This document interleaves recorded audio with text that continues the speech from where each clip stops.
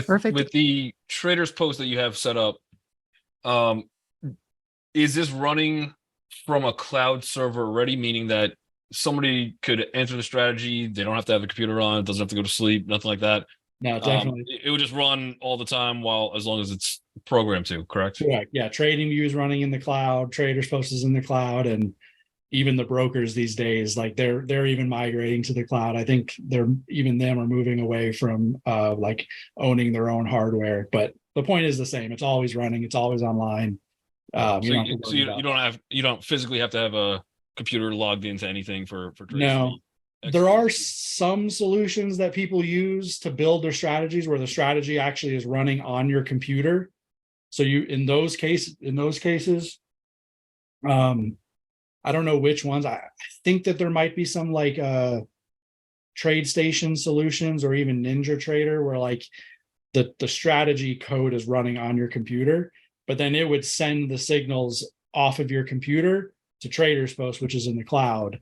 But if you're using TradingView or TrendSpider or any other platform that is also running in the cloud, you don't have to have your computer open. You don't have to worry about your power going off and that's kind of an interesting little point. One of the things that led me to want to build Traderspost is I had some strategies several years ago that were all running on my computer, and that was terrible for all kinds of reasons. Like if my power goes out or I temporarily lose internet, like it doesn't even have to go out for an extended period of time. Like you could just have a 200 millisecond blip in your internet, and that could, cause an exit to not execute. So that's one of the benefits of using a system like this is that it all runs in the cloud. Awesome. So what are you doing to attract these developers or strategy builders? What are you doing to attract them? Well, it's kind of an interesting question because I've personally, I'm not a great salesman. I'm not too, I'm like a tech nerd guy. I'm not like compared to like me to Jeremy, like Jeremy is super outgoing and like can kind of sell anything to anybody. So I've really struggled with like dealing with paid advertising and haven't really wanted to do that. So right now it's all been word of mouth. I spent a lot of time on our website and targeting all the keywords for things that people are searching for, because there's a very, very large audience of people that are looking for this type of product. And there are tools like Google, Google provides tools and all the search engines provide tools that allow you to see what people are searching for. So I can see that people are searching for TD Ameritrade automated trading or Thinkorswim automated trading, or how do I automate my TradingView strategy? And then I just build landing pages that has language on those pages that targets those keywords. And so far that's worked for us, and it's allowed us to kind of bootstrap the company and get the ball rolling. But we're just now starting to play around with paid advertising. It's a good thing and a bad thing, because when you start casting a wider net, you get more of the right customer, but you also get a lot of the wrong customer as well. And that has a support cost associated with it because we have to answer questions and help those people. Let me rephrase my question a little bit, though. I guess I'm curious about what you're doing for the strategy developer themselves. Like, why should they choose you? Why should they work with you? That's the question I guess I'm asking. Well, usually they're not coming to us because they want to sell their strategy to someone else. They're coming to us because they want to automate their own strategy for their Gotcha. self. Okay. But there is a group of people who find us because they run a trading community like RLT, and their goal from the start is to basically sell their strategy to their members of their community. And we basically want to build tools for those businesses to basically build a business on top of Traderspost. So it's, we're kind of like in this middle B2B and also B2C type business. Mm-hmm. Does that kind of answer that? Yeah, absolutely. So you're a subscription based, is that correct? Correct. Software as a service, subscription based, purely subscription based. So are there different tiers? So if you bring your own strategy in, do you pay less than somebody that's going to be subscribing to somebody else's strategy? So right now we actually don't charge for strategies. We basically just charge for access to the platform. Okay. And that is kind of for the reason that I like the ambiguity of the legality of all this is still a little bit unclear to me.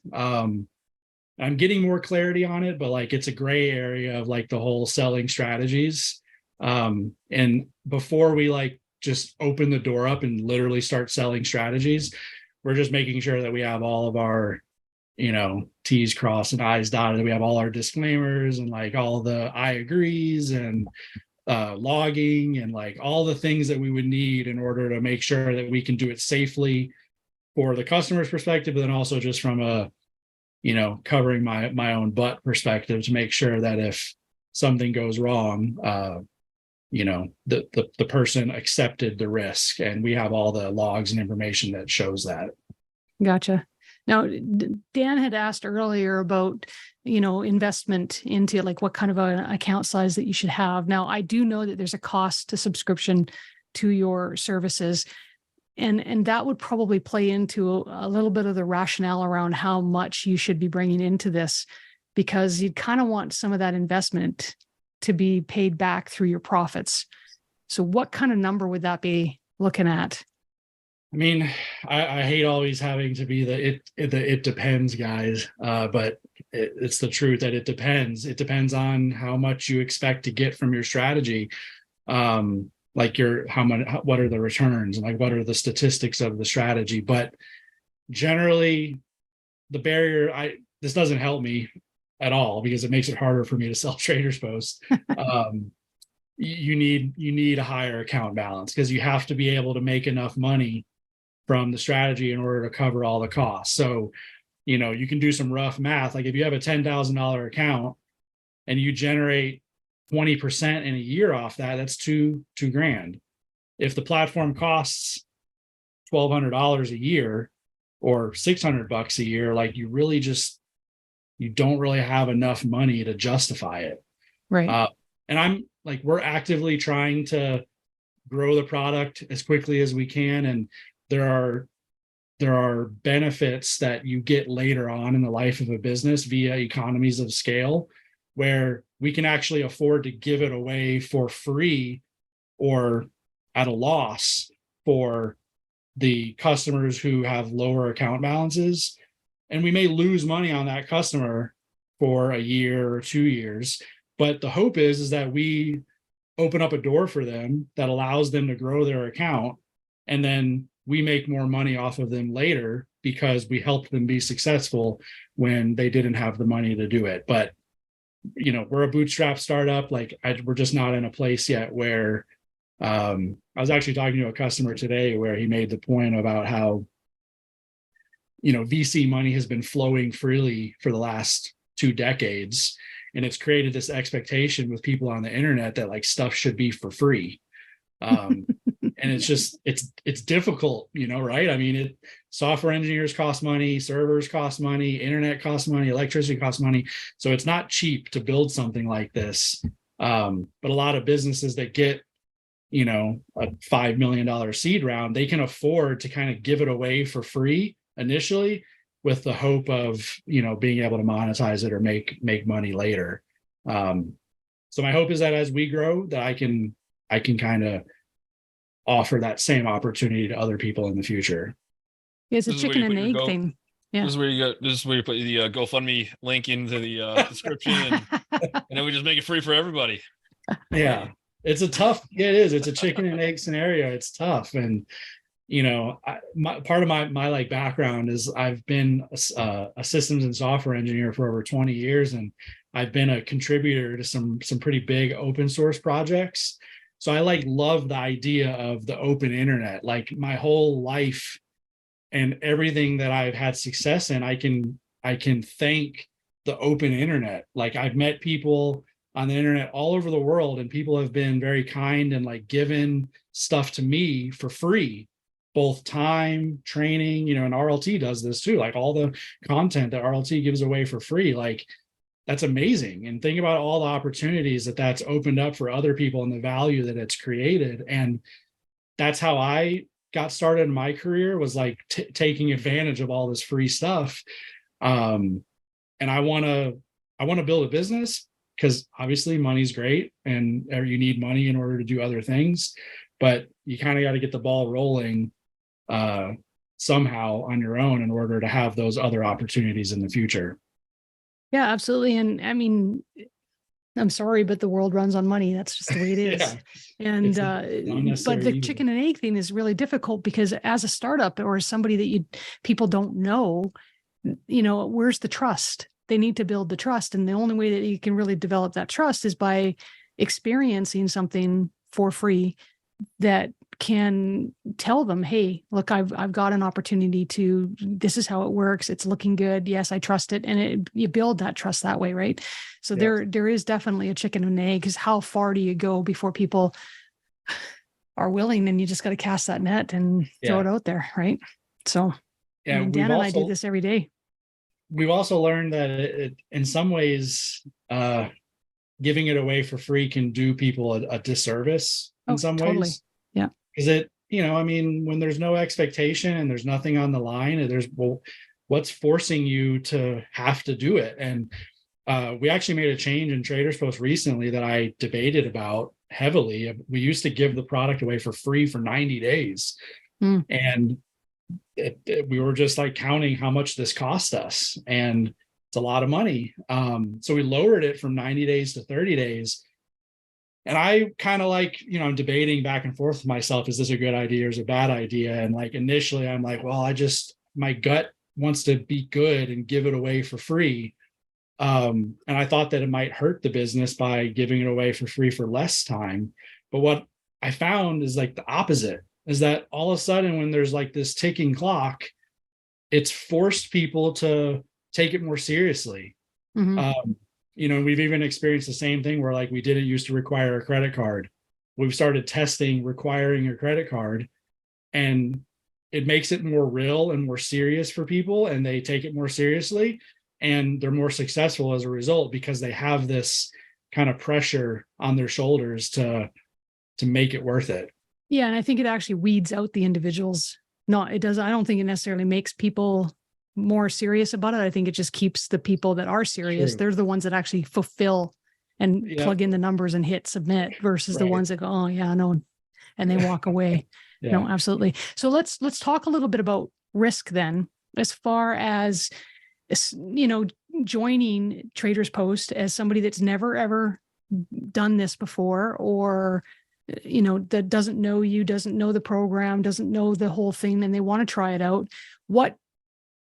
Let's say that they know their strategy, they've back tested it, they have the results, and then they sign up with you, they connect, and for some reason there's technical issues, there's things that just aren't working the way they are. Do you have kind of guarantees, or is it kind of do they get their money back? How does that work for an insurance perspective?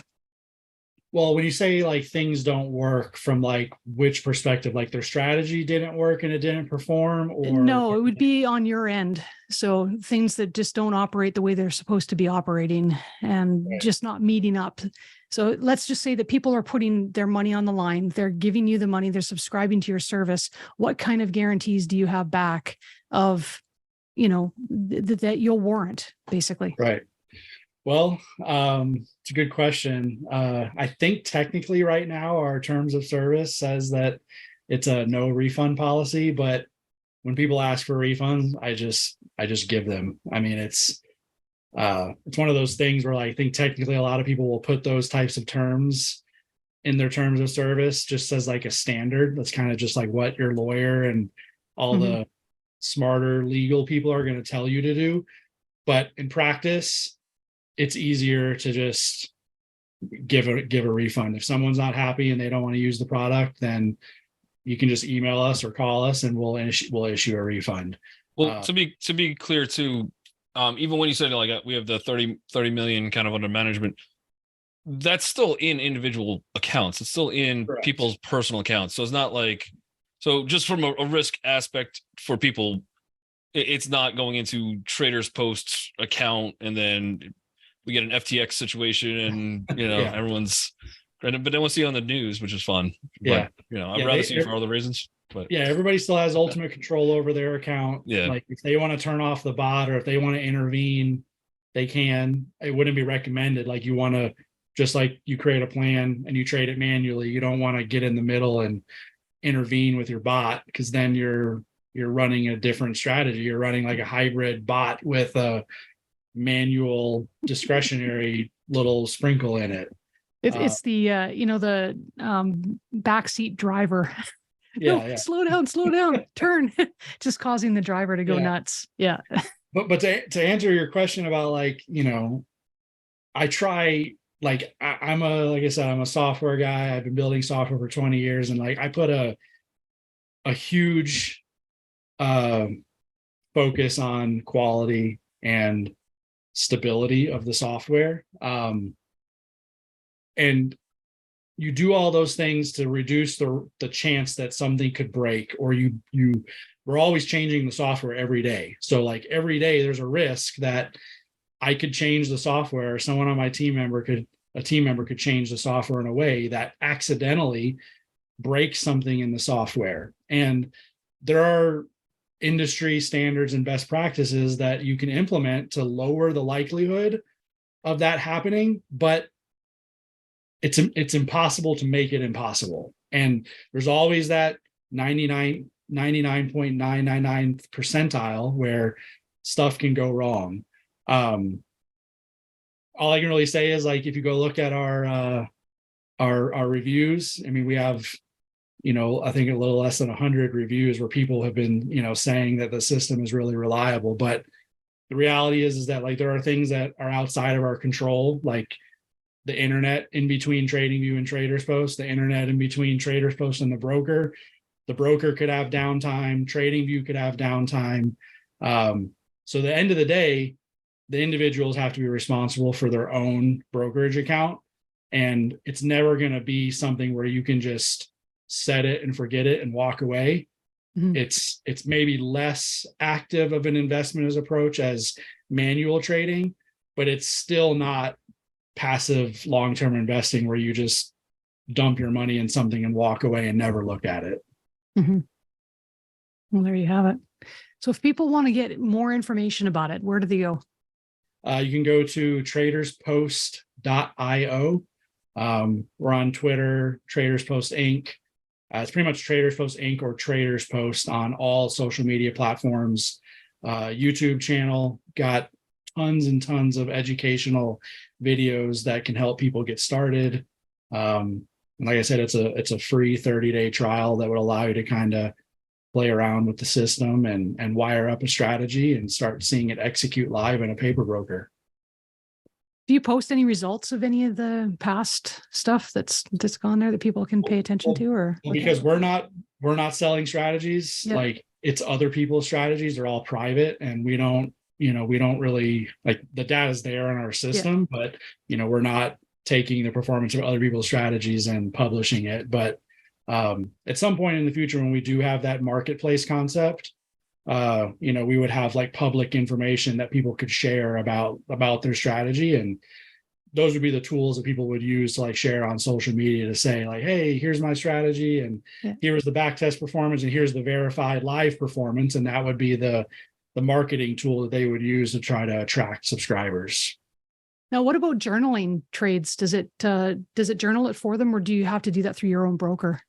So we have some like pretty rudimentary tools that allows you to see the performance of like individual trades, but we don't have like portfolio level, like TradeZella, or like there's TraderSync. Like there's a variety of different businesses like exist, like that's all they do, is just the trade journaling.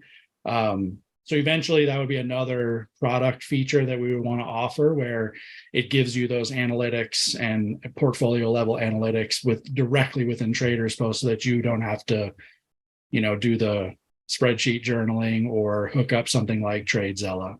Gotcha. Very, very cool. Well, Jonathon, it has been a pleasure. This is the first time you and I have had a chance to chat before, I think. Yeah.